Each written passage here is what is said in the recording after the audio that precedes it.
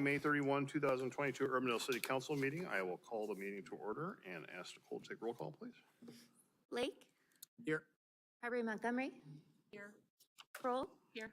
McBurney, Obrecht. Here. Thank you. All right, please stand as you're able for the Pledge of Allegiance.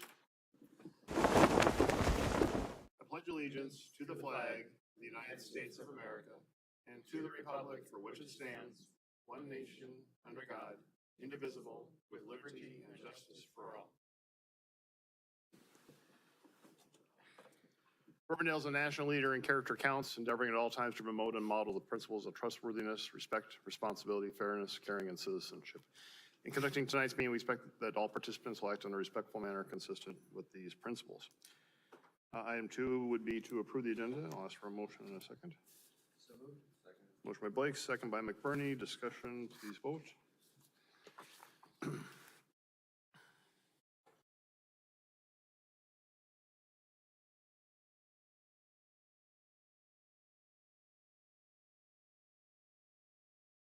Okay, that item passes. Item 3 is presentations, and we have one proclamation to read this month, or this meeting for the LGBTQIA+ Pride Month. Whereas our nation was founded on the principle of equal rights for all people, and whereas the city of Urbandale is rooted in the principles of trustworthiness, respect, responsibility, fairness, caring, and citizenship. And whereas in honor of the 1969 Stonewall Uprising in Manhattan, New York, and the subsequent first Pride March in June 1970, the month of June has become the time to recognize the resilience and determination of the lesbian, gay, bisexual, transgender, queer, intersex, and asexual LGBTQIA+ community to live freely and equally. And whereas this June we listen, take a moment to open our minds and hearts, and focus on how alike we are as a community, and understand the lasting contributions that the LGBTQIA+ community has made to the strengthening of the American society. So now therefore, I, Robert Andweg, Mayor of the City of Urbandale, on behalf of the City Council, proclaim June 2022 as LGBTQIA+ Pride Month in the City of Urbandale. I will sign this. I think it's also appropriate just to take a moment of silence to recognize what happened in Uvalde, Texas last week too. So if I could just ask you to take a moment of silence to recognize the ones that we lost in that massacre last week, I'd appreciate it.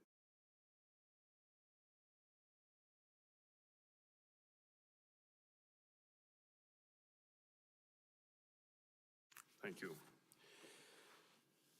Item 4 is Citizens Forum. This is the opportunity to address the council. First of all, before we get to the regular Citizens Forum, we are going to open it up specifically on any public input regarding the ARPA projects. Is there anyone here that would like to address the council regarding ARPA at this point? Vern, you want to come in? Okay, if you can come up here, please.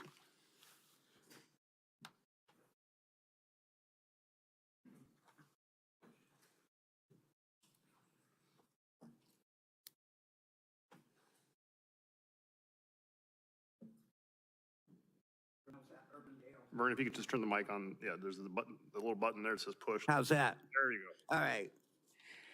I'm here tonight because I just got in on this ARP money stuff, ARPA, or whatever you want to call it. But my suggestion for that money would be to invest it in our police station, firefighters, all the response teams that we have.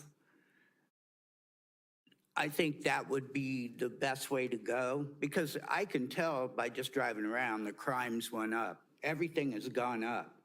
I'd like to see the stats for it, as a matter of fact. I mean, if I may, I don't, at least in my area, want any more apartment buildings. You can have one, anybody can have one, but I have enough in my area, so I don't want any more apartments, so to speak. And have SROs in our schools, if not 1, 2, I don't care how many, but the kids need to be protected. This money, I thought, is supposed to be for our community as a whole. I think that the best place to put it is in the police department, et cetera, et cetera. I mean, our world is getting a little bit crazier than it used to be, and I'm sure they have enough to do. So we need to feed them some more manpower, maybe. And if not, again, if the money is for everyone, then maybe we can divide it and give the taxpayers a relief. I don't care, but it should be something that we all can use, not just apply it to more apartment buildings or whatever you guys want to do with it.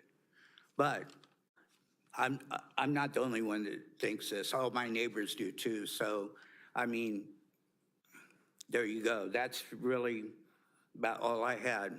Or more vehicles for the city, snow removal, something. That's infrastructure. So that's what I propose. Thank you. All right, thank you. All right, is there anyone else like to address the council? I don't see anybody else from here. That's notwithstanding. All right, then we will, you want to talk about the roadway and maintenance, mobility improvements in the city facilities and city services? Have a discussion on that now. Mr. Mayor, members of council, that was the last category that had been identified for you to receive any public comment or for you to add any additional comments to the 5 projects that you identified previously. And then I believe this would be an appropriate time, as I suggested in my council memo, for you to have the opportunity to discuss the 5 that were identified for your consideration. And I would suggest that maybe you take that 5 down to 3, so that there is a manageable list in which that the staff can then begin present options for you to move the projects forward. Are you done? Yes, I am. Thank you. Well, I just wanted to give a little bit of an update on the, Amy helped me with the proper name, the income, basic minimum income study that Dr. Johnson spoke with us about a month ago, I think. And I have been in communications with her as well as Angela Connolly and Supervisor Brownell, the county folks from the council in Windsor Heights and the city of Des Moines. And I think there is going to be action from the county very soon. And I would like to suggest that, I'm not ready to suggest an actual dollar amount. I would say in the $100,000 to $150,000 range, based on the contributions of Polk County and the city of Des Moines. What would be, I'm not quite sure what an appropriate amount would be for us to contribute to that project, but I just think that is a incredible opportunity for us to participate in something that has some significant benefit to both Urbandale and the Metro in the long term, and getting some really solid data on the impacts of a basic minimum income program. So I would think hopefully by next meeting, we might have a dollar amount from Polk County and the city of Des Moines. But I just, we have to, as much as I would give them a lot of money, we have to be cognizant of what is appropriate based on our size and in relation to what Polk County and the city of Des Moines, based on their size, are willing to put into the project. So that, I think 100 to 150 would be reasonable. But again, I wouldn't want to commit a dollar amount until we know what Polk County is going to commit. But I'd like to see that us kind of do that off the top maybe, and not have that be, one of the 3 projects that we commit to moving forward with or pursuing more. I don't know, Amy, you look deep in thought. Well, I'm just thinking through if there's always the tightrope of, what happens if you're not meeting the gap. And does that set us up to be committed to something that may end up being more or potentially less? I'd like to know what those other entities are walking in to Absolutely, commit absolutely. I before we just even wanted say. to let everyone know that it is moving forward. And I feel pretty confident that Polk County is going to make a commitment. And again, if Polk County doesn't make a commitment, I don't think it makes sense for us to engage in the project. And I would say it has to be a sizable commitment that allows for the justification of spending our funds to go in that direction. I guess, is Dallas County also potentially coming along on it? I doubt it, because, Okay. Dallas County doesn't really engage with the metro communities, so. And then I guess the other was, with the presentation, it seemed like there was no way to direct dollars back to specific communities. And so I kind of, on this one, I struggled a little bit with how does it benefit Urbandale to see the results of this project? And so that would just be something I would want to understand a lot better, because it could be the 250 potential participants all live in Warren County as an existence if Warren County signs on. And so we don't have a way of saying where in the study area they're at. But I think that we have the opportunity to work with our partners, the food pantry, some of our churches. You can, to encourage our residents to apply to be involved in the program, and then that's all we can do, because it's a randomized sample, randomized Right. sample. clinical trial. The more we get our people in there, in the pot, the, higher chances, that we have. But I think there's significant value in the study, and the amount of money that we would be contributing, would help leverage a significant amount of foundation and private money. But again, I want to make sure that Des Moines and Polk County are taking the lead. And I would suggest Ankeny and Waukee and, Well, yeah, that's what I think maybe we need to just find out a little bit more what our other fellow municipalities are doing. Well, I can talk to Dr. Johnson, and so you missed her excellent presentation. Oh, I watched it. Oh, you did? Oh, yeah, I Oh, watched yeah, it. you were home. Yeah, You I watched You it. were making sure that we were doing a Yes, good job in yeah, your absence. I So just that's- think about it, it's 3 counties, so Polk, Dallas, and Warren County. What other municipalities have stepped up and or are interested in stepping Well, up? Yeah, And that's a conversation we can have. I think my suggestion would be this, we put there as a placeholder of some sort and they have it there, and we just need to get a little more information. Yeah, I'm fine with that. And I'll follow up with Dr. Johnson and see, where she's at. And But we- maybe AJ can also then visit with fellow managers in other cities and see where we are from a metro standpoint as far as. Right. The conversation I had with Dr. Johnson following the presentation is that she had reached to Des Moines and had not had an opportunity to speak to other communities. The tone of the conversations was, I assumed that she was. Yeah, I know Windsor Heights, is, it's all like, it's all kind of a domino based on Polk County, I think, and then Des Moines. Yeah. And once somebody's willing to make a move, then we can see. But I mean, I'm fine with just kind of doing a placeholder until we have more information.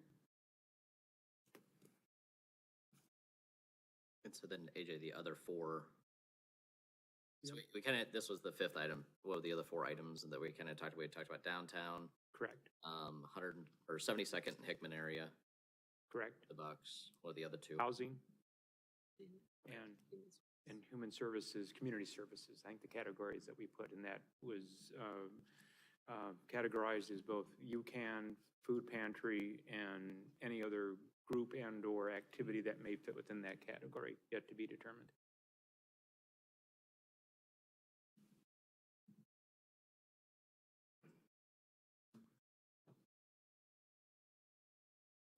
from anything? No, I mean, for me, the two that I put at the top is downtown and human services. So those would be the two that I would, if we're ranking of some type, I'd put those two at the top of my list. Because I don't think human services is going to land downtown, whereas I think affordable housing could potentially land downtown, or at 72nd and Hickman area. So, and what's downtown look like? I mean, I'd love to see a destination spot, a placemaking spot that if you're going to a Bucks game, you have some place to walk, ride, go to ahead of time. If Bucks aren't playing, you're still riding down there on a bike, you're driving down there, walking around. Just vibrant business community that allows for people to live there as well as work there, as well as be entertained there. It's not Prairie Trail, it's not Kettlestone, it's not Plaza in Kansas City. It's a uniquely Urbandale something. Kind of what I think of when I think of a vibrant downtown that could go from the Bucks Arena out to 75th-ish Street along Douglas. And I would say, looking at what we all talked about last time, Human Service Campus was a piece all of us brought up. All of us brought up affordable housing. I would agree with Adam on downtown as a placemaking because it's in my neighborhood. And I would like to be able to walk there too. And there's momentum behind it.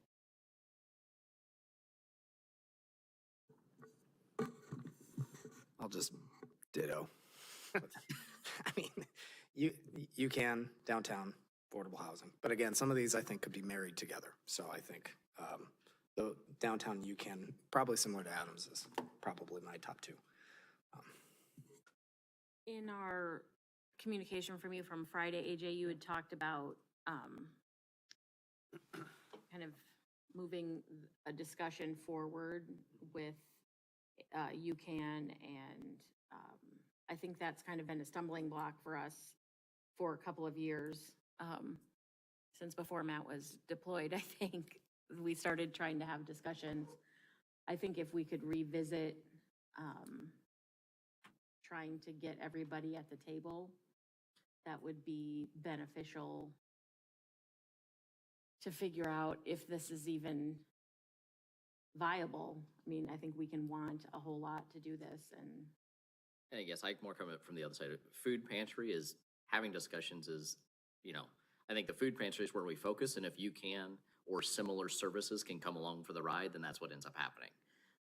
So I kind of put food pantry as the lead entity, not you can, in something like well, this. yeah, I think they're much further along and ready to get on board, but I think we have to circle back one more time and give the opportunity to get on board.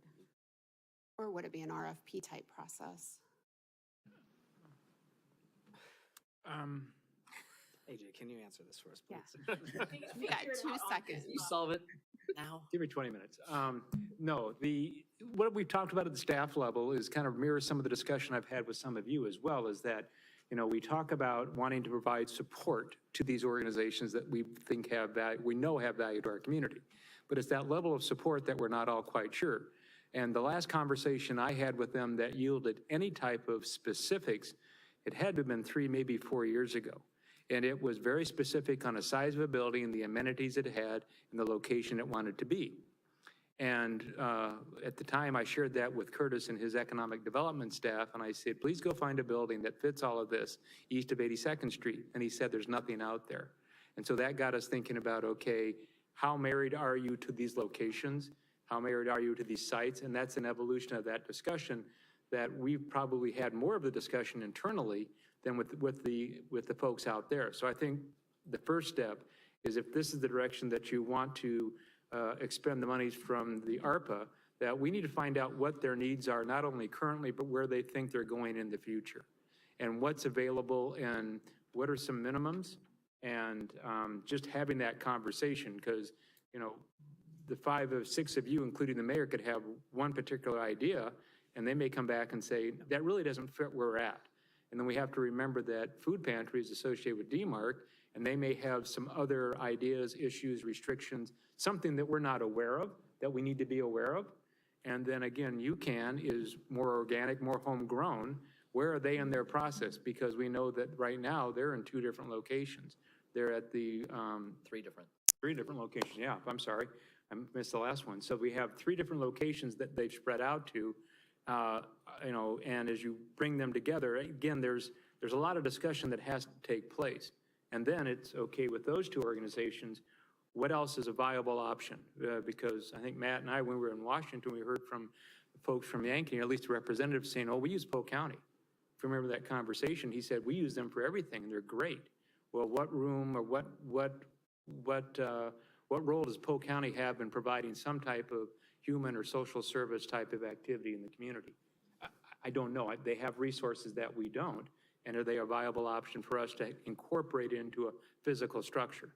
So I think those are the things that we need to look at. Then we get down to the whole, you know, do you build, do you rent, do you just give them money and say, go address your needs? I mean, there's a whole host of options that we want to explore, just as we can identify, if you can identify this as a top priority within the 3, and we had suggested 3 at the staff level, knowing that you could easily spend your ARPA allocation on 1 or 2 of those. So we're just trying to keep that focus moving forward and then give you those options with any restrictions that you may have from the Department of Treasury. And they're pretty loose right now, but there are still going to be some.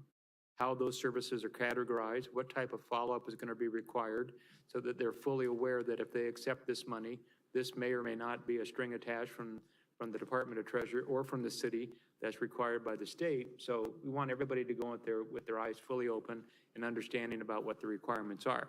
So back to your inquiry, is that I think it would be appropriate for us to begin that dialogue once again in a very constructive but direct manner. Is let's start making some decisions and let's come to the table realistically about what it is you need and where you're going to grow. I think, yeah, you said, I don't think we're going to solve all the individual details tonight, but just to narrow the, you know, the focus tonight was merely just to winnow down this, and it sounds like downtown housing and human and community services are the 3. Larry? Yeah, I know. I was just waiting to squeeze in there at some point. The guys on the end don't always get to speak. I so know. make sure- I just the biggest thing for me was just support for the community contributions piece, and I think from what I've heard across the entire board is everyone at least has that in their top 1 or 2, and I feel like that's the first conversation we need to pursue. For me, my second one was the entryway former Bucks Arena acquisition. I feel like that can be used to accommodate basically everything that was on the list. So I really feel passionate about moving that direction and using that as kind of our springboard into doing some other big things around the city of Urbandale. As far as, you know, the conversations, I've had conversations with both UCAN and the food pantry, and it sounds like they're both very willing to work together to do something. It's just getting them in the same room to work on it. All right, well, Well, I see I mean, if you take out the basic income, I mean, I see the 4 as pretty interchangeable. You know, we can meet some of the goal, you know, with the Bucks, or, you know, Bucks Arena might be affordable housing, our Bucks Arena site might be affordable housing, you know, downtown might be affordable housing. So, Human Service Campus could be Yeah. any of those. yeah, so yeah, I basically say, let's do 4. Let's do all of them, AJ, I'm giving. So basically, we just narrowed all of your 5 into one giant one. No, I'm kidding. Do good. Okay. No, and I appreciate that, because some of the things we've talked about staff level is that if you did focus on an area, it doesn't restrict you within that area, for example, in the downtown, that you could incorporate all of those activities. The entryway for the Bucks-related issue is that was brought up by Councilmember Kroll is more of land acquisition, but in our discussions that we've had with all of you, you've been supportive of moving that project forward separately in association with the redevelopment of the Merle Hay Mall and the support for the Bucks. So I think, and I'm looking at staff who will be working with me, they're all kind of like, what are we getting ourselves into? I think we could probably mold those together with several suggestions for you. But I think the key one, and it gets back to is what we've heard, is your support for those community services, is to really find out, we can craft some options, but we'd like to hear from them as well. Right. Because again, we all may have great ideas, but if it doesn't fit their needs, geographical location, where they're going to grow, how, if they can or can't work together. I mean not in the sense of their squabble, but is there enough room? Can you make a facility big enough that would accommodate? Or do you say, as an option, here's a dollar amount, go figure it out yourselves? I mean, that's an option, may not be the most constructive, but anything from like that to a building. Well, and I think along with that goes a needs assessment, community needs assessment. What is it that our community needs? Are those organizations the ones that meet those needs? Are there other services? I can't help but think of mental health and some of the issues the police department has stumbled across as being another significant issue that we need to be paying attention to. And I think, AJ, back to your just give them the money would not be something I'd be in favor of. I think we need to control whatever it is in the end as a city. Okay. Because 20 years from now, the need is going to change, but the asset, if it's in the city's hands, can potentially be changed to that need. Certainly. Whereas if we just give it away, then we don't have control 20 years from now of what happens. So, No, I was going from the easiest I to know. more difficult. so not to make your life more difficult or No, staff's no, life more that's- difficult, but it's just, I think in the end, we still need to be controlled. No, and again, we want to be mindful of the timeframes that we have in front of us, and again, the dollar amount that we have to work with. And so if I hear you right, we can use those four, and we'll see how we can blend. Makes sense. And we will, we'll start that process internally and start putting together options for you. And they're all shaking their head out there, so I feel so confident. No, thank you. We appreciate that, because I know we've narrowed that from 64 plus that you had ideas, internal council members, what you heard from the audience. And so narrowing it down to even 4 is a significant movement for us to start making some headway. So I appreciate it. Thank you for your time. All right, great, thank you, good discussion. All right, we will move on to our regular agenda. Item 5 is to approve the minutes from the city council meeting of May 17. So moved. Motion by Kroll. Second by Blake. Discussion, please vote.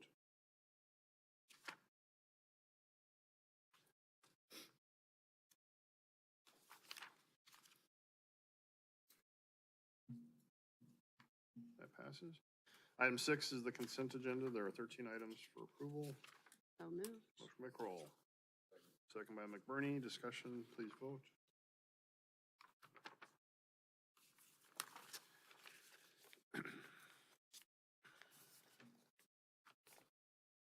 That passes.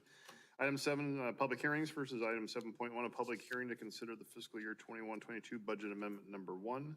Public notice for this was published in the May 13, 2022 Des Moines Register. As for any objections to that notice as published? There were none. As for a motion and a second, open the public hearing. So moved. Motion by Elbrecht, second by Blake. Discussion, please vote.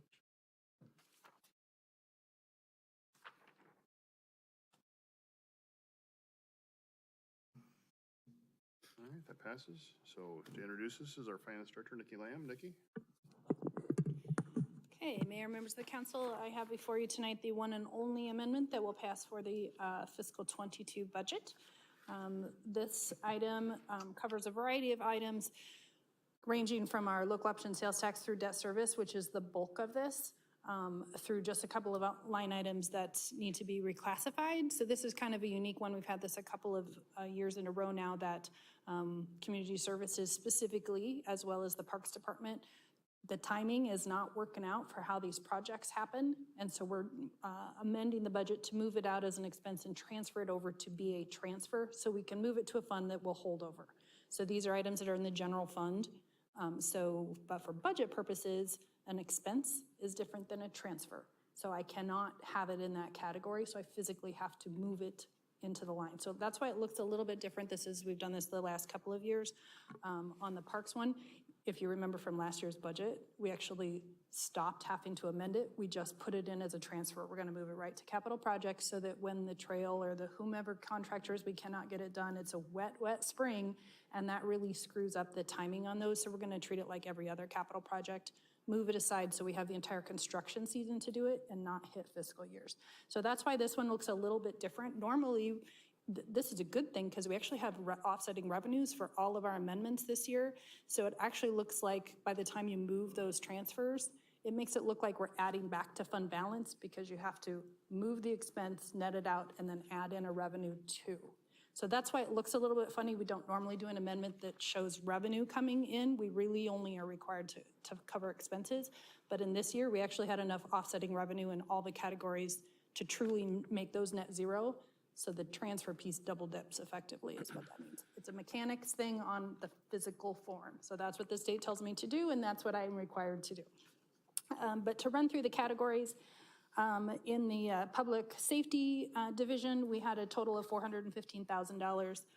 Additional expenses, majority of that being the GEMT, which is the ground emergency, forgot what the M is, transport. So effectively, it's that new program we've been in a couple of years. We get additional payment on our Medicare services, and we then have to remit pieces of that to the state. So the more revenue we bring in, the more has to go out to the state. So this one's actually a positive because we're bringing in that amount. And then the fire overtime and part-time were skewed in there as well. Those are all offset by the ambulance fees and GMT revenue. In the public works, this is a timing related to our solid waste containers.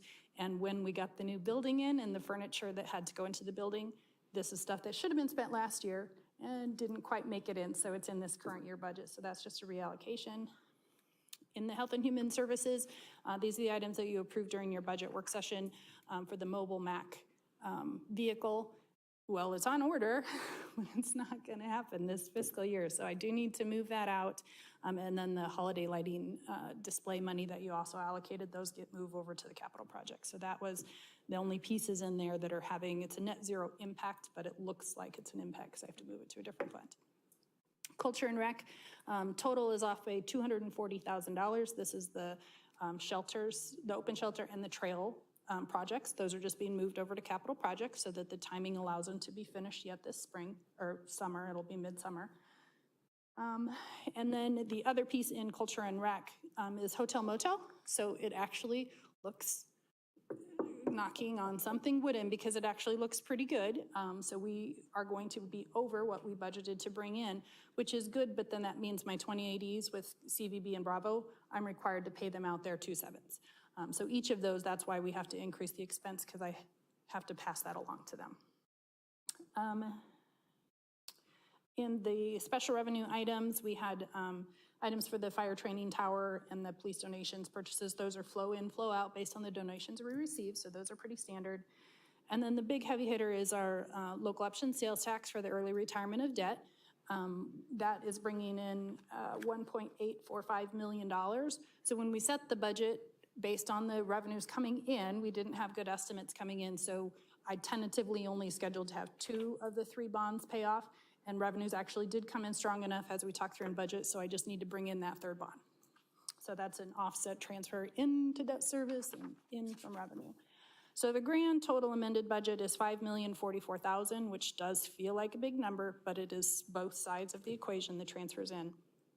And the total net offset revenue adds actually back to general fund balance, $198,800. Answer questions on that piece of it? I'm sure this is a really small amount of money, but if the hotel motel tax collections came in ahead or more than you projected, what do we do with the amount that is allocated to community groups? Nothing happens to the grant people. Right, but is there, It carries over, so it's in its own fund. So it Okay. replenishes the fund balance. If you remember, it's been just bleeding out. Okay.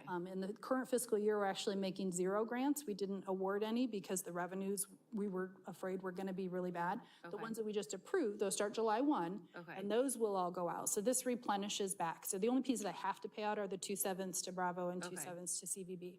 So in the current fiscal year, there weren't any grant amounts. But what it does is buffer our fund balance to make sure that we can continue the grant program. We put it on hold because we were down under $100,000 because we brought in practically nothing. For so 2 how years. much are we talking about being in excess of what we granted for?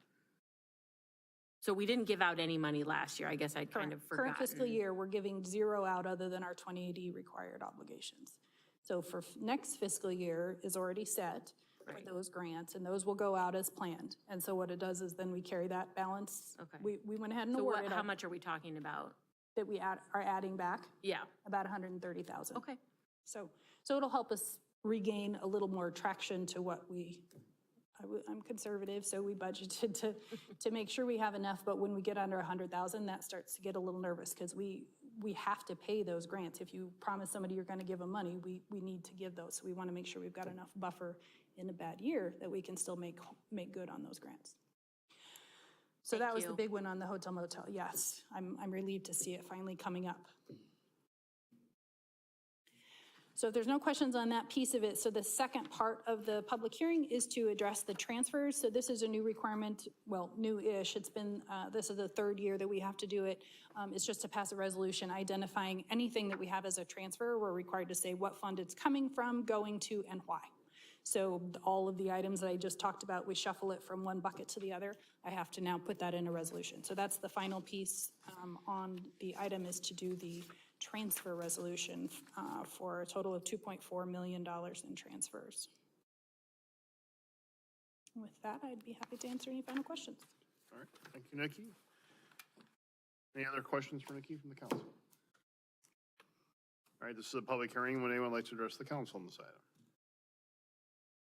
All right, seeing none, I'll ask for a motion and second to close the public hearing. So moved. Motion by Kroll, Second. second by Obrecht. Discussion, please vote.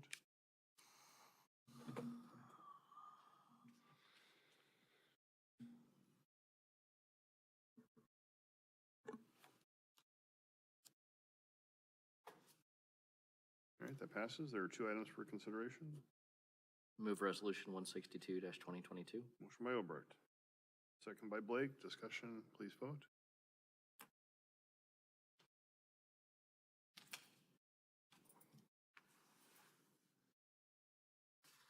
That passes. Move resolution 163-2022. Motion by Obrecht, second by Blake. Discussion, please vote.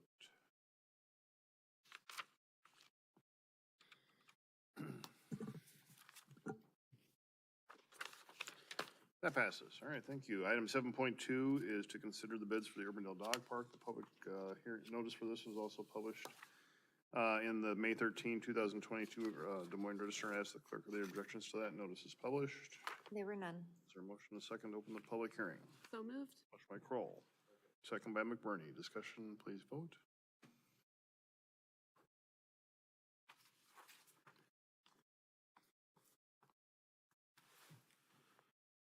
All right, that passes. Introducing this is our Assistant Director of Parks and Rec, Scott Oak. Scott? Thank you, Mayor and Council. Also mentioned that I think Jan is available on the WebEx, but she had some issues today, so she is letting me allowed to cover this for her, although she's had many years of working through this. So I'm sure she's sad she's not here as this part of it. A little bit about the project itself. This is our proposed location north of the Interstate 80, kind of between Merle Hay and 72nd, and what's really kind of just south of the Northview wetland area, where the old North Plant is what it was called. This is a little bit about the park itself. The project was actually bid in really 2 divisions or 2 phases. The first part of the project was the demolition of the North Plant facility and then the restoration of the site to a usable condition. There was some rehooking up of some of the water connections. All of that was part of the first phase or Division 1. And then the second phase would be the construction of the dog park, along with the parking lot and then the entry road access as part of the project. We did include some alternates into the project. Alternate A was to do a kind of an aggregate walking path through the dog park itself to allow users to kind of get through the park a little bit easier. And then the second alternate was really, there was 3 of them, but they were all related to a concrete protective base under the perimeter fencing. That allows for 2 things. 1, it keeps our mowers away, which is always very helpful. And 2, if there's uneven terrain, it keeps from the dogs from being able to exit the facility or enter if they would so choose, I guess. Bids were open on Wednesday, May 25th. 3 bids were submitted. However, one of the packets was incomplete. You can see there the totals. Concrete Professionals at $775,527.35, and Hingo Construction at $941,439.00. And then the breakdown of the alternates and the different phases within the project. Funding for this project is really in 2 sections of the budget. There's $100,000 that was budgeted for the demolition of the site, which was phase 1, and $600,000 budgeted for the dog park, parking lot, and entry drive. The bids for phase 1 were $114,959, which is about 14% over budget. Staff is recommending overages from other projects that would allow to cover that.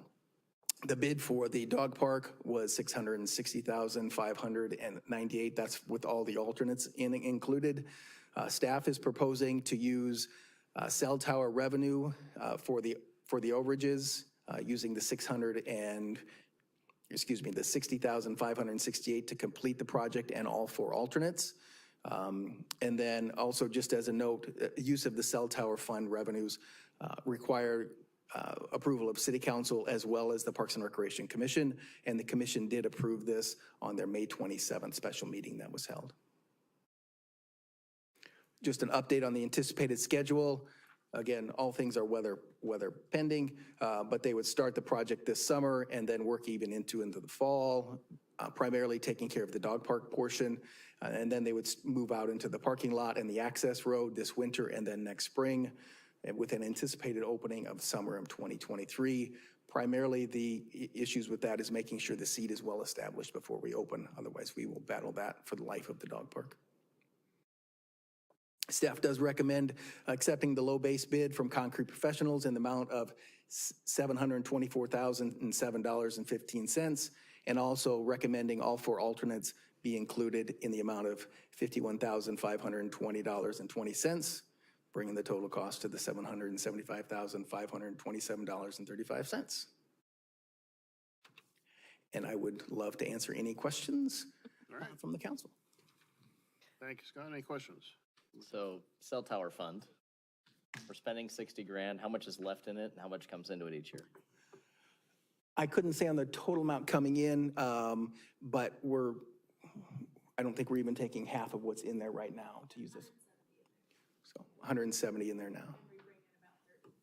Okay.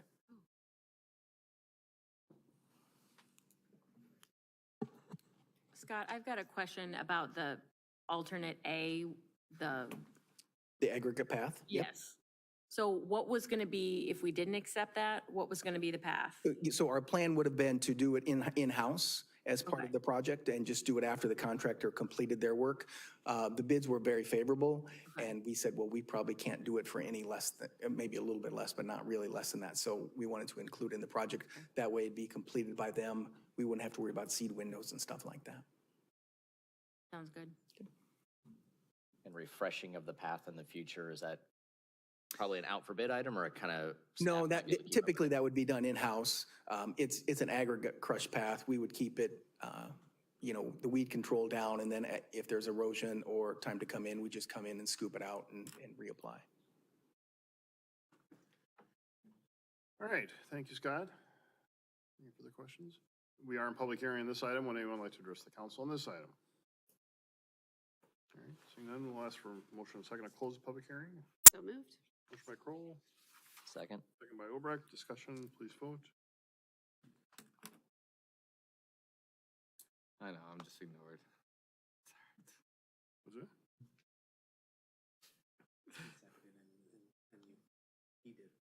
Oh, I didn't hear that, I'm sorry.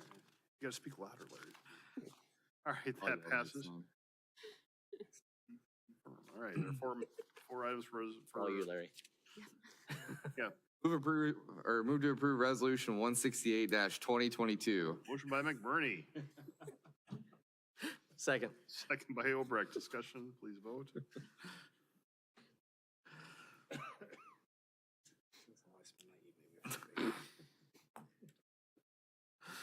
That passes. They can't say anything. They can at least say that we're fun. Move to approve resolution 169-2022. Motion by McBurney, Second. second by Obrecht. Discussion, please vote.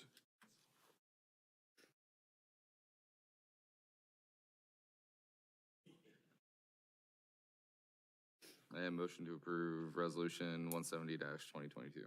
Second. Didn't see where we approved the first one, or the second one. Did I get ahead of you, Nicole? Yes. I did. All right, the item, or the second one, item passes, so we have a motion by McBurney, second by Obrecht on resolution 170.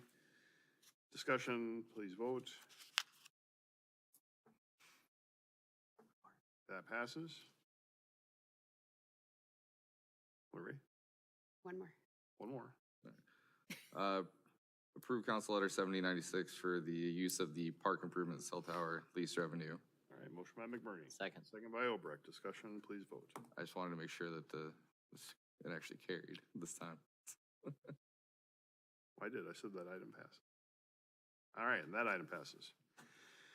Thank you. We'll move on to item 8, planning and zoning items versus 8.1, the Silkwood Crossing Plat 3 final plat at 142nd Street and Persimmon Drive. And to introduce this is our Community Development Director, Steve Franklin. Steve.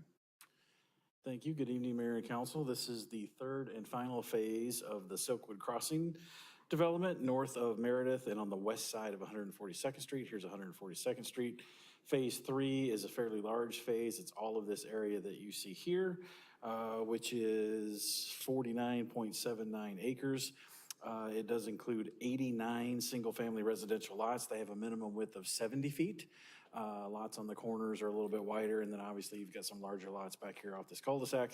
And then probably most important thing to note about this is that there is this parcel right here in the middle, which is about a 5.5 acre park parcel that will have a trail that will provide a loop system coming in. There's a little bit of a wider sidewalk that comes in from 142nd Street, and then you've got a loop trail within this park piece. So something to serve the residents in that particular area. Planning and Zoning Commission does recommend approval, subject to items noted. Be happy to answer questions. All right, questions for Steve? Thank you. And then the outlot, that's on the left side of the screen. So we got the park in the middle. What's the outlot potential? Detention, stormwater. Is it, with the detentions areas, I mean, are we looking at forested at all in any of it, or is it all just grass that? They generally are all just grass, and then the homeowners association can mow them. By the time you end up doing all the grading to get the volume that you need in the basins, generally if there are any trees, they end up going away. Doesn't mean they couldn't come back and plant others later, but generally those basins don't have many trees, if any.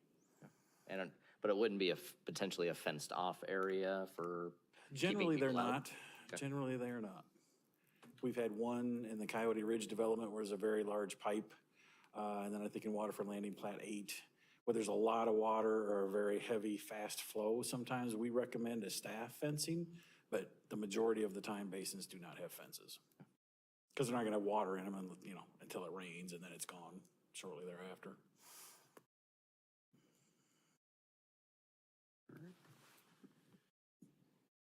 Any other questions? Is there a motion? Motion by Blake, Second. second by Carberry Montgomery. Discussion, please vote.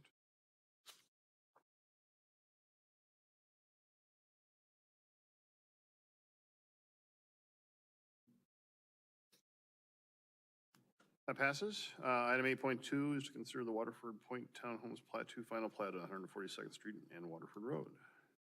This is the first of two final plats in the Waterford Point development, which is north of Waterford Road and west of 142nd Street. Here's 142nd Street on the right side of the sheet. This area is 4.24 acres. The whole overall development's about 76.5 acres, so the phases keep coming. This is 37 attached single-family townhomes. They are in 4plexes and 5plexes, and I think there's one 6plex. But again, a total of 37 townhomes proposed. Planning and Zoning Commission recommends approval. Be happy to answer questions. Thank you, Steve. Any questions on this item? Is there motions? Resolution 167 Motion by Blake, Second. second by Carberry Montgomery. Discussion, please vote.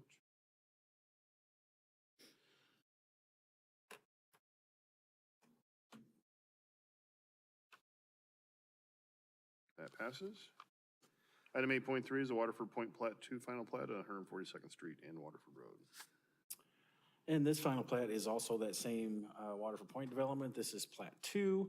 142nd Street is here, so this is kind of working east from some of the previous phases of single-family homes. Here is a little enlargement of what that area looks like.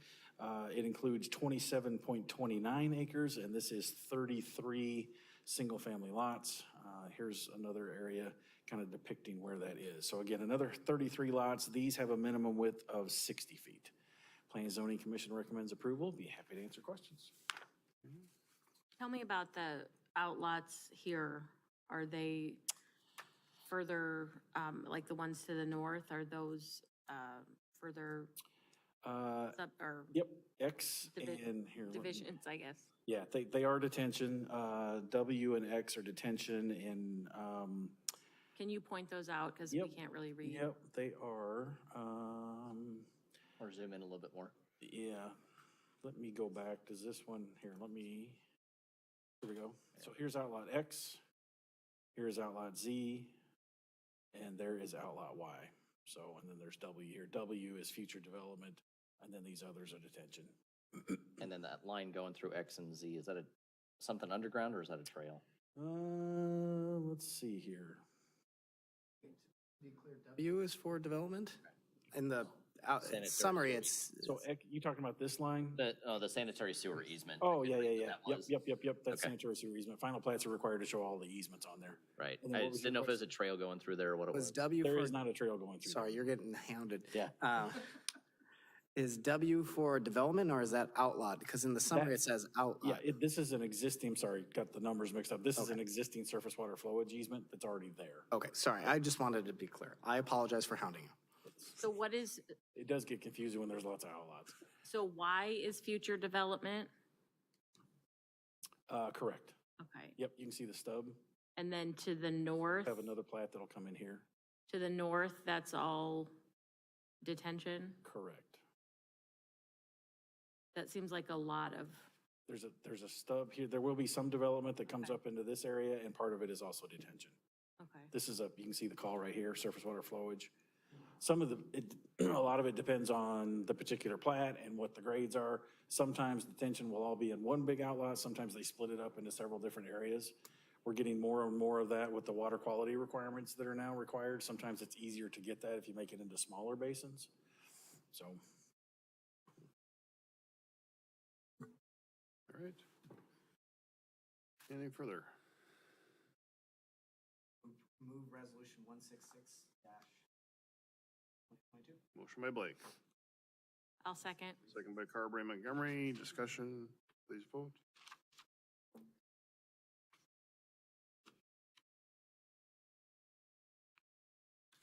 That passes. All right, thank you, Steve. Item, regular agenda items, we have one. Item 9.1 is to consider the ordinance number 2208 regarding animal protection and control. And I believe Chief Johansson's online to answer any questions if there are on this.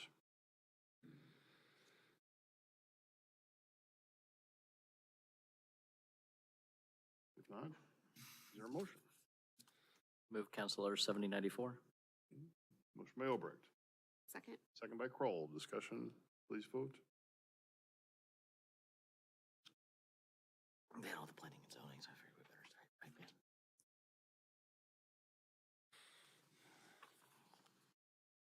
One more regular council item. That passes. All right. Item 9.2 is to consider the citywide fee and fine schedule. John Conyer would answer any questions if there are on this. I have amendment, right, AJ? Okay. I would move that we remove the fee schedule as is currently outlined in the city's housing code, chapter 151, subsection 104.8, complaints. The current fee schedule calls for a $60 fee for inspections for currently occupied dwellings that do not meet code requirements. And just to speak that in words that people might understand better, the way that the code is currently set up, if you are in a rental unit and you are having trouble with getting your landlord to fix issues that are not, that prevent the unit from being up to code, you have to front the $60 inspection fee to get someone out there to move the landlord along. And I feel quite strongly that that is a barrier to some of our residents to getting issues of their housing resolved. So I would like to remove that $60 fee to allow residents of Urbandale who are in this situation to be able to get a inspector out to address the issues that they're having with their units. Are you speaking specifically to the multifamily building inspection? Which page and fee are we specifically on? So this is on page 6. Okay. So I had There's been. one on page 5 as well, so that's what I was curious. I had been in discussions earlier this year with AJ about this particular section that was brought to my attention related to some tenant landlord issues in Urbandale. And AJ and Steve suggested that the best way to deal with this was just to eliminate the fee for the, I don't know, is it a re-inspection, Steve, or a mid-inspection, midterm? Yeah, it's just, so the way the code is written right now, there's a complaint section, which you explained, and it outlines the process for doing that, and it basically says that any occupant can file a complaint, and they're supposed to give us their name, the address of the property, the nature of the code violation, and then the $60 fee. Then we go and inspect it, and if the complaint is found to be valid, then the money gets refunded to the complainant and gets charged to the building owner. This is something got put in the code years ago. We get maybe 1 or 2 of these a year. This is clearly not a revenue generator. So if you want to eliminate that fee, again, have no problem with that whatsoever. And probably the easiest thing to do is to just leave the complaint section as is, and the code references that the fee can be established by resolution. And so we can just add a line on page 6 that just says housing complaint fee 0, and that should take care of it. I think it's a pretty easy thing. But again, we maybe get 1 or 2 of these a year. We do not get many of them. So we'll just leave the process in there. If they want to file a complaint, they still can give us all the information, but the fee would be 0. I guess, help educate me a little bit. How often are rental properties inspected? Depending on if they're a single-family home or an apartment, it's either every year or every other year. And so we're talking about the gaps. Actually, the I gaps in should- between or something missed during that inspection To process. clarify that, the ones that are every other year, the owner has to do it, so they are inspected every year. But anyway, what was the follow-up question? So we're talking about the gaps in between those inspections. If something comes up or was missed on the inspection, Correct. that's when this would happen. That's correct.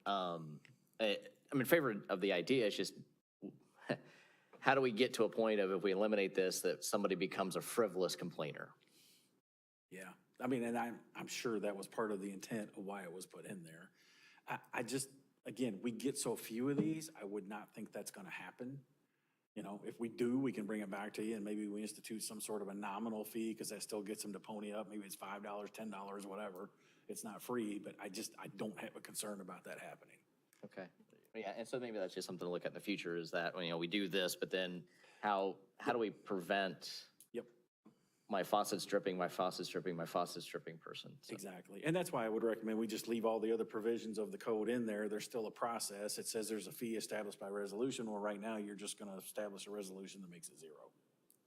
And so is that your amendment then, is to establish the resolution, make it 0. Yes. We would just add it to the resolution that is before you tonight. So if you go to that page 6 of 6, where it talks about the housing code inspections, I think we would just add a line there that says housing complaint fee 0, and it's that same chapter reference. So Bridget, is your motion to approve the fee schedule as presented and as amended as you outlined? If we're ready to, I don't think we're ready to move approval yet, but I am moving that we add this to the fee schedule. You can vote the amendment itself and then move on to the discussion of the rest of the document. All right, there's gonna be others, all right, we can do that. So, I would move approval of the amendment to the complaints section as discussed. Is that clear, Nicole? and we're gonna do this online or by roll call? All right, 120 words a minute, typing speeds. I feel we're gonna do it online.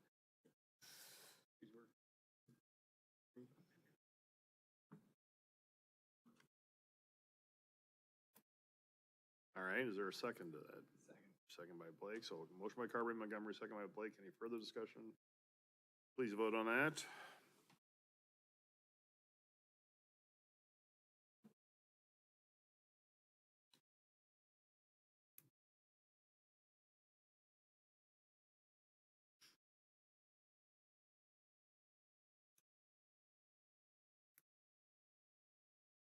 Did that come through to you to vote? Second time, yeah. Yes.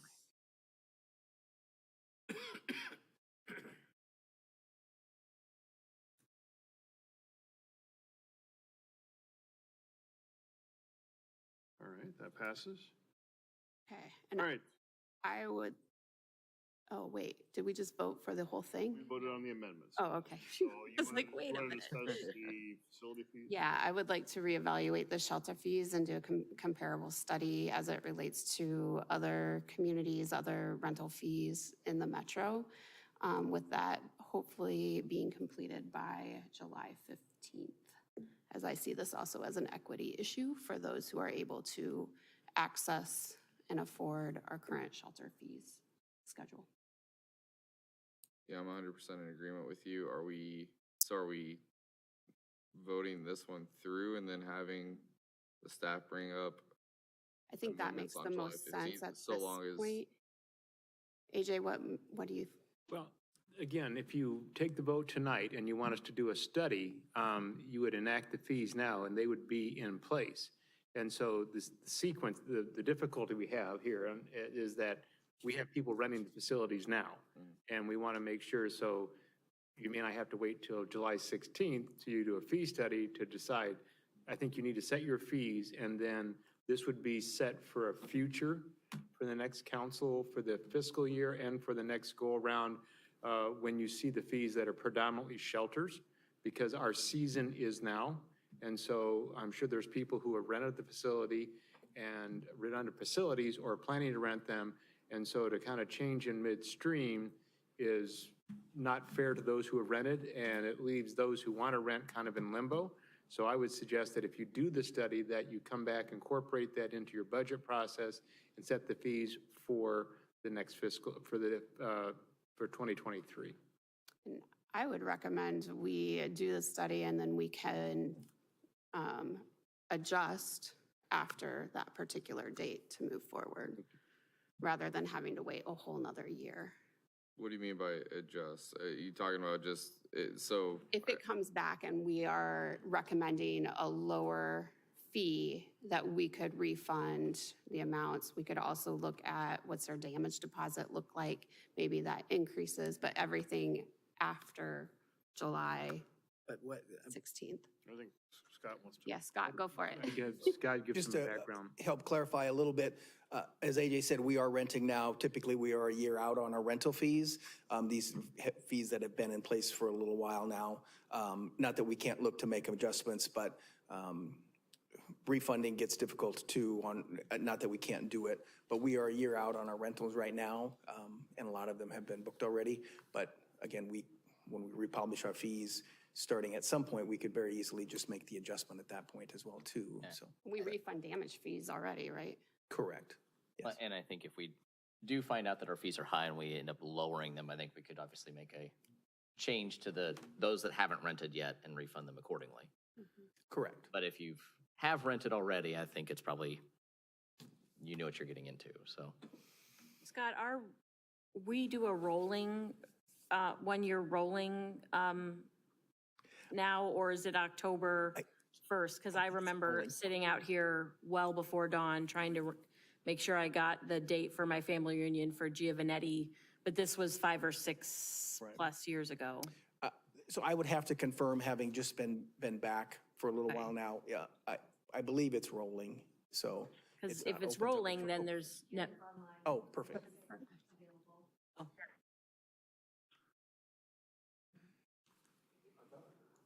Mayor and the council, this is Perky. Yes, we now do the rolling. So a year out is from the current date is when you can rent the facilities. So it is rolling, yeah. So, I mean, given that, it's never going to be a good time to change the fees because you're always going to have somebody that's rented it for, people have already rented Giovanetti for next year's graduations. Probably. I guess what I was saying on that is if we do lower our fees in the future, then that person whose event hasn't happened yet, we could end up charging them the new rate.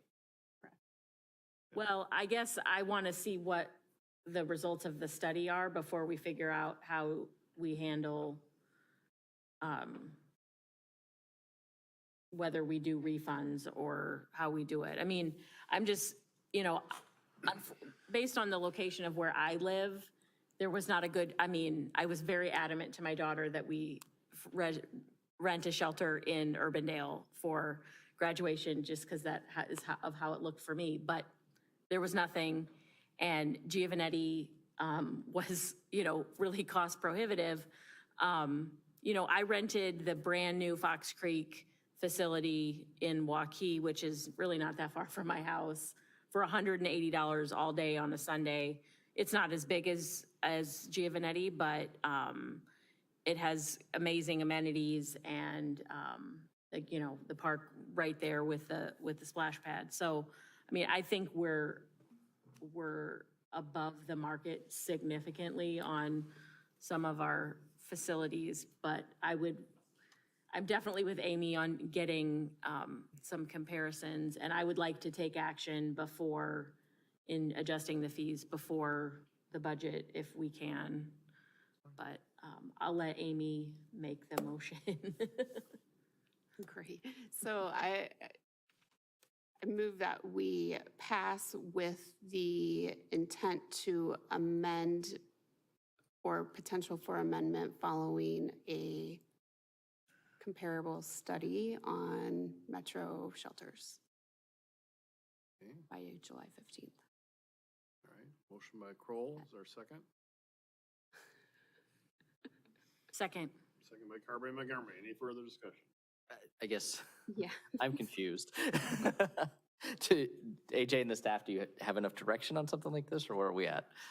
I think getting thumbs up, yeah. So, Scott gives us some. yeah, so Scott and I talked about that this morning, and we had some preliminary information that we had put together, but having some information together for comparables for you for July 15th is manageable, and then determining at that point in time what you want to do with the rates and how you want to implement any changes, we'll leave to your discussion.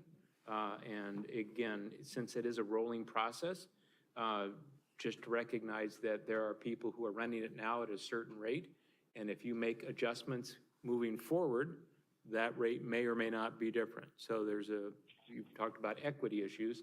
Someone may just raise that issue is that, well, why didn't you do it sooner? And again, there is never a good time to make those adjustments that someone doesn't feel that they got left out and they had to pay more or they didn't get a chance to get a new price for something. So, so the July 15th date for us to gather information for comparables is not difficult. Then after that, implementation was more up to you folks about what you'd like to do. So I do have the question, if they're just going to do the study, do we need to have an amendment at all? And just assume that we are going to be bringing it up with, do we need to have the amendment if they're just going to do the study? Mr. Mayor, no, you do not. If you're just gonna do the study, that'll be up to the council to decide. And then, If you want to amend it a month or 2 months, once you get the study, you can decide. It's Okay. not mandatory that you amend it. okay, I just heard Amy's motion to say that we revisit it after Right. the study's done. okay. Okay, I was just clarifying procedurally, so. So, all right. And can we get information, I'm sure you have it on, especially the Giovanetti Shelter and probably Lions Park, on what your current revenue and booking looks like, so we can see how much that would be impacted. Thank you. I forgot about that. All right, there's a motion and a second. Any further discussion? Not, please vote.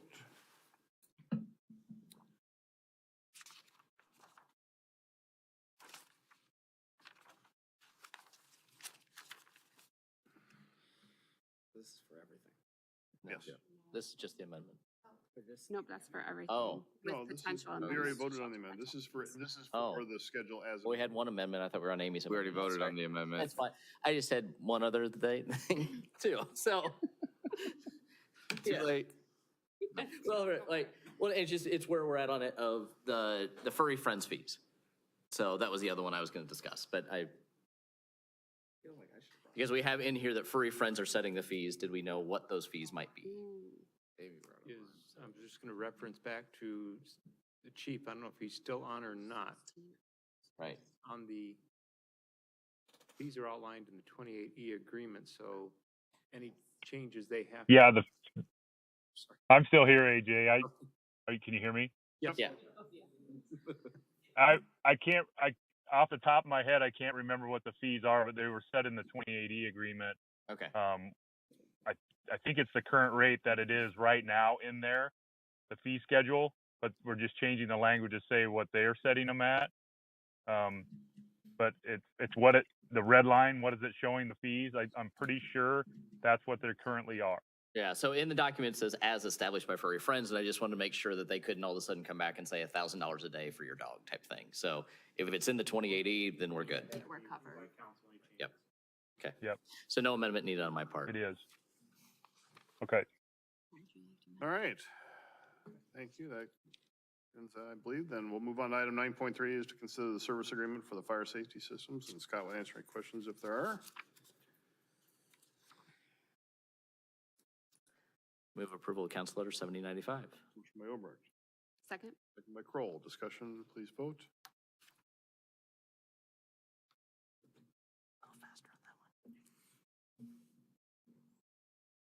All right, that passes.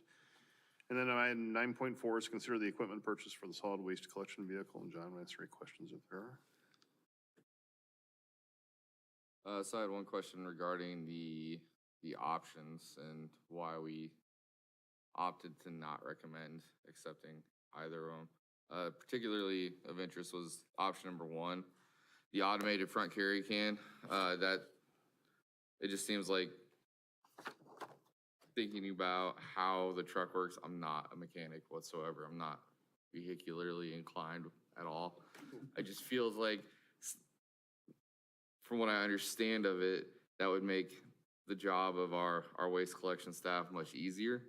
It's because as I've seen them pick up our yard waste in the past, they have to manually take the can, move it in front of the truck, and then use the apparatus and then put the can back.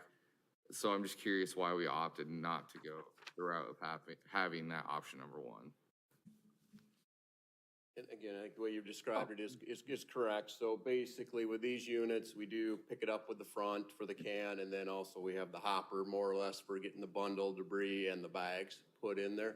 To be honest with you, I would have to talk to staff, know exactly why they did not go with it. My guess is I think they were thinking for that cost, that was a little more than they thought it should be. Because it's actually, the public works staff decided which alternates they wanted, and they chose not to go with those other two.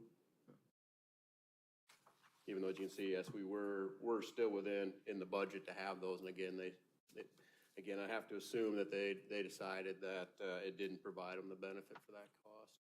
Yeah, I know when we add in the 2 options, it moves us outside of our budgeted amount, but yeah, I was just curious if Just felt like in the long run, it would save us money and time, but. And again, Staff the other didn't the other one think just that. being the tandem axle, like I said, they can handle the vehicle with the single axle and the loads that they do have on it. Yeah, I don't know what that is. I'm taking your word for that one. All right. Yeah. All right, well, then I'll move approval of Council Letter 7097 then. All right, motion by McBurney, Second. second by Obrecht. Discussion, please vote.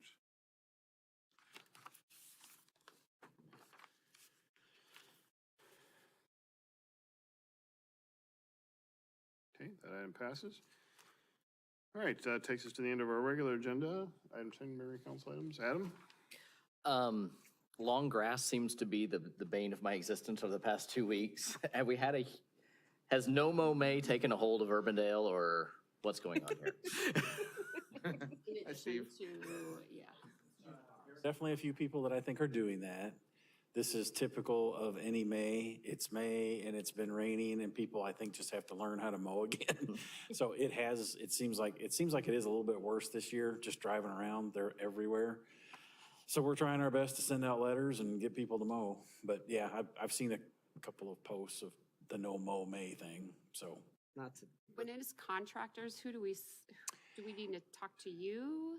Yes, Or I like mean, real when you estate? see them, send them to me or to Christy, and we'll take care of them. And our typical procedure, if you don't know, is we usually send an initial letter, we give them generally 7 days to take care of it, we do another inspection. If they still haven't done it, we send them a final letter. And in Polk County, if they still haven't mowed, we turn it over to the Polk County Weed Commissioner. They come out and mow it and then assess a lien against the property.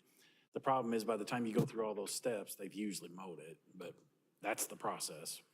so just out of curiosity, for next year, should we put out something about no mow May, no mow in Urbandale or something? Like, I mean, like, not, I know I'm being punny, but realistically, like, should we put out public service, like, this is not allowed in Urbandale? Consider it, I mean, I don't know. Or should we allow it? Like, I mean, that's. Yeah, I don't know if that's something that's gonna stick or not. I mean, if we sense that it is gonna happen again next year, maybe we do put something out that says that's contrary to our property maintenance code and that's not allowed here. Okay. Well, or is it 12 inches that we allow? Yeah, what the I code. mean, we what- were business in the front and party in the back for No Mow, May. So Yep. nobody knew Right, that we weren't, Well, made it halfway through in the front. I think of it more in terms of our commercial properties, more so than even our residential's. I recognize it's an issue across the board. Right. We But do I'm, have- I'm getting contacted because people can't see at intersections. right. Yeah.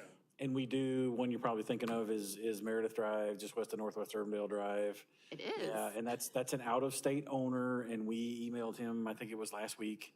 We have a typical May email set up that we send, and so it's just a matter Half of of it getting him got out mowed there. But this weekend. and he's usually pretty good about responding, so I would be surprised if that didn't get mowed this week. And if it doesn't, we'll follow up on Friday and just say, hey, Dave, you gotta get this done. So, Speed up the process between complaint to turning it over. I mean, I'm hearing about a 4-week timeline. yeah, it can, well, it's between 2.5 and 3 weeks for us to send 2 letters. We could change our process and send 1 letter. The biggest problem is depending on, like right now, if we turn it over to the Polk County Weed Commissioner, I have no idea how long it's gonna take them to get to it, but it's probably gonna be a while. Right, and so I guess if somebody's doing No Mow May, they get 2 letters, they're mowing June 1. It's- and it's yeah, not- I mean, tomorrow's- Obviously, we want them to tomorrow's maintain the June. property, we want them to take care of, it's more the abandoned properties and things that way that Yep. the code, I guess, is designed for, but That's really, I mean, that's one of our biggest issues right now is code says an average of 12 inches tall. And we have a lot of people that want other people to maintain their yard the way they maintain their own yard, and that just doesn't happen, and we've just been buried with calls this month, but that's typical too, so. Okay. We have that, and there's just the general obligations of due process, what it takes time. Right. Right. and thank you for allowing Matt to show his punniness as a dad jokes too. So. Oh. Amy, I guess all I have to say is good luck to all of the boys. Northwest, Urbandale, and Johnston High School are all in the state tournament. Kicks off tomorrow. And the Northwest girls too. And the Northwest girls. Awesome. Did not know that. Very cool. I'm glad you went that way because I didn't want to steal Amy's thunder. I just also, considering it impacted me directly, congratulate all of our Urbandale area graduates. I think we've made it all through graduation season and have a lot of kids in our community starting off on the next phase of their lives. So hopefully they will come back to Urbandale someday. A couple of questions. Do we know yet how our junk collection, debris collection? We're still working on the summary on all the funds. As a whole, it went well. Were there any complaints about the way that we did it? I would say, like with most years, there was always some calls like, I was supposed, my Tuesday's my collection. Well, you must have missed me. Well, they put it out on Tuesday instead of Monday, so we had to go back. But there was probably maybe 30, 40 of those a week, and we just took care of them. So overall, though, I still think it was a success, and hopefully we'll have vehicles on. We'll go back to our standard in the future. So were you, so the week, based on the day you gave them a week and they went out on that Monday in that area. So were you able to get most of the stuff picked up on Monday or? Some weeks were heavy, others Monday to Tuesday, and then we got the stragglers on Wednesdays typically. Okay. Well, I'll look forward to seeing that, and hopefully next year it'll be back to our regular scheduled programming. I think it confused. At first, the guys really liked a couple days and then having the rest of the week off. Then as it got to the third week and the fourth week, they were like, we'd rather just do it in 1 week and be done with it. So, well, I'm glad that's always a interesting and good process for the city. I know it's one of the things that people really appreciate that we do, so. It probably confused the people that drive around and pick up stuff more than anything. Exactly. So thank you, and that's all I have. All right, thanks, Bridget. Matt? At first, yes, we are. I realize, Adam, you and I apparently shop at the same location because we're both wearing the same polo. So I am moving into dad mode every day. First, I want to say the Parks and Rec have been, I think, killing it with all their things that they're putting out on social media. You have the movies, you have the party in the park, you have all these things that are coming out. That's awesome. Second, the session's over, so they should not be doing anything else anymore, so that's good. They were done last week. I'm sure everybody knows that, but I just want to bring that up. And actually, it was kind of fun. The last day of session, the chief was there doing catalytic converters. And I had to show him to hit the door, and so that was kind of fun. And I didn't realize when I saw that bill that it had such a law enforcement emphasis, and that it was brought by law enforcement. So I thought that was really cool. He didn't follow up to see if he got a pen from the governor, but I know he was there. And finally, thank you for the moment of silence for Uvalde. I appreciate that. So that's it on me. Matt? Larry? The only thing I was going to really bring up was I had the opportunity to participate at the Memorial Day ceremony at the Iowa Veterans Cemetery yesterday. It was great to see so many people back out there. It was a great opportunity to hear some of the stories, and they talked about our most recent POW veteran that passed away. So just hearing all the remarks from the individuals and hearing a little bit about him, it was just a good time to be able to get out there and remember what it is that we were celebrating for. And we participated in Taps Across America at 3 p.m. You did. You get your trumpet out? No, I held up my iPhone and played taps. We still did it. And we took the time to remember, so thank you for that. I appreciate that. All right, I don't think I have anything. Real quickly, if I could. Yes, do an AJ. update. Yeah. In your weekly update, I sent you some information about a stormwater issue that the city engineer and I participated in. And it has multi-layers to it, so I don't expect any significant discussion tonight. But one of the things that when John and I discussed it today again was that we recognize that our fund balance beginning of the new fiscal year will be $400,000.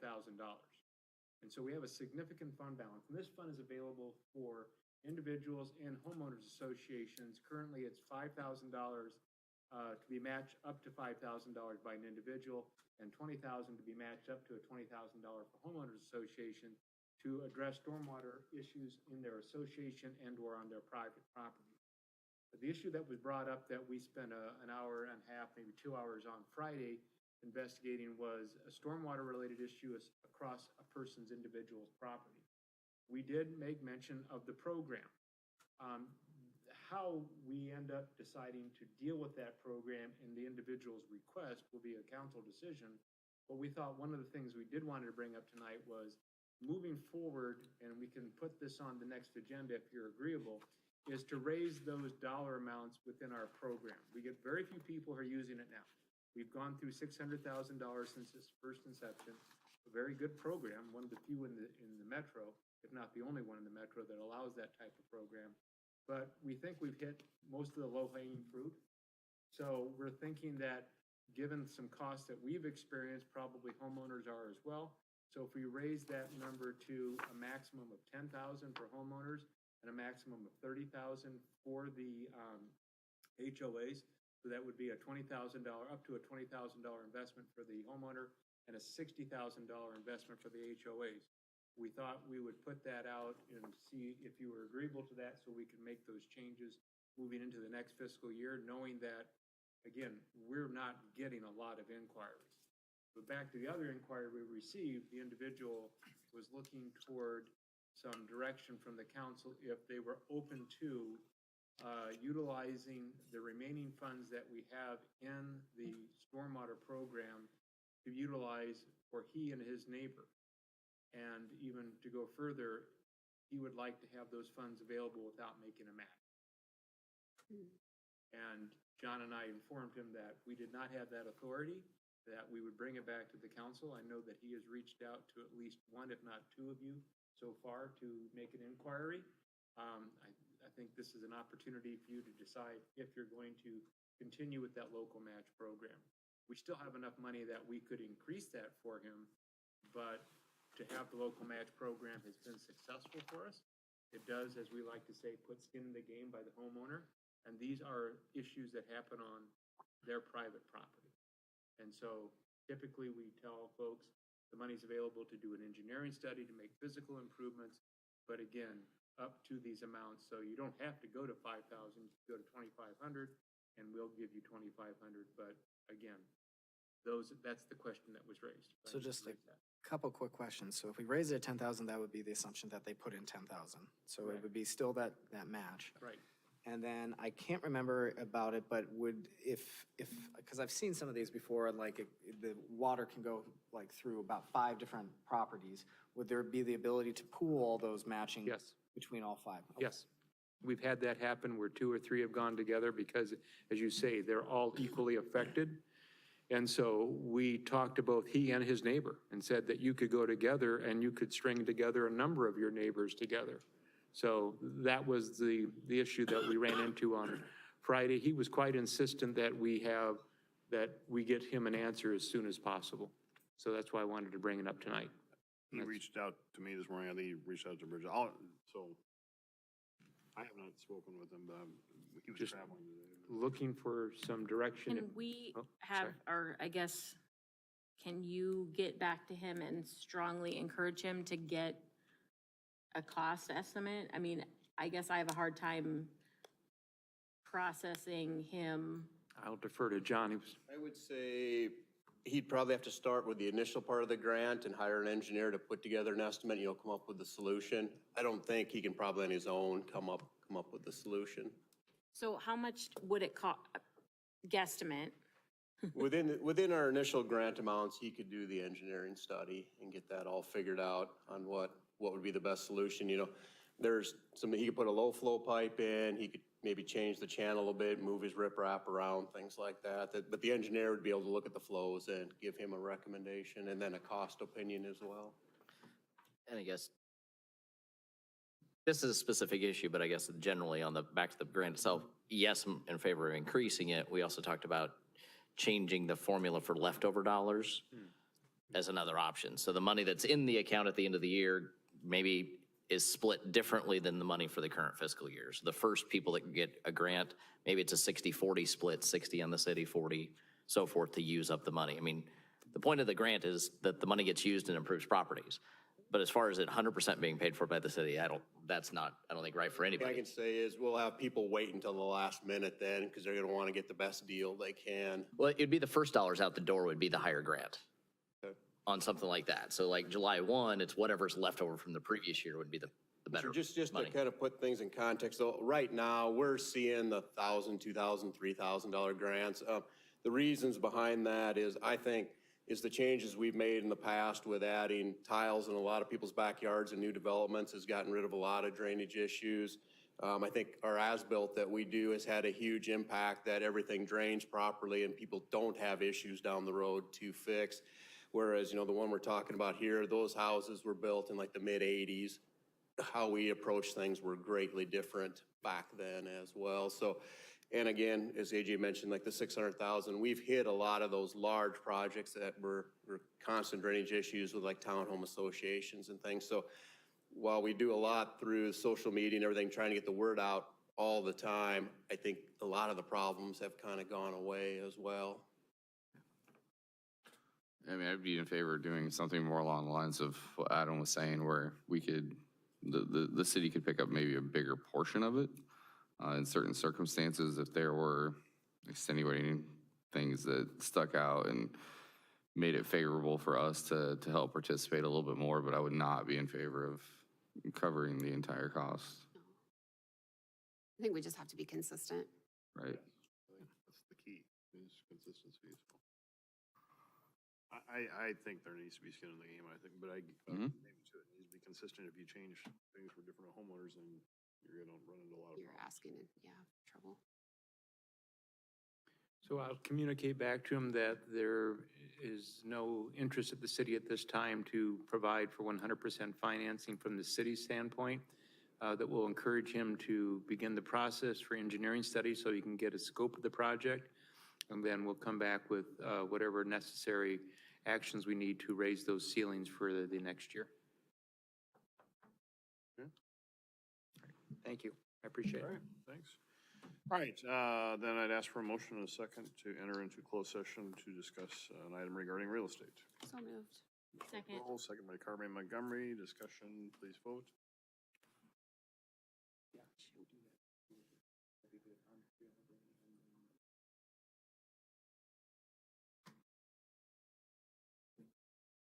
Matt. That needs to change. You can change me to I or just leave me abstain. You're ambivalent?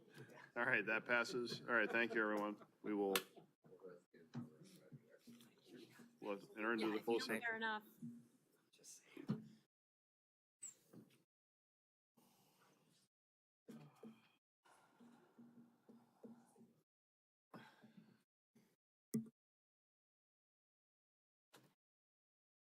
You move to adjourn, Matt, is that what you said? Yes. Motion by Blake, I'll second it. second by Carmen Montgomery.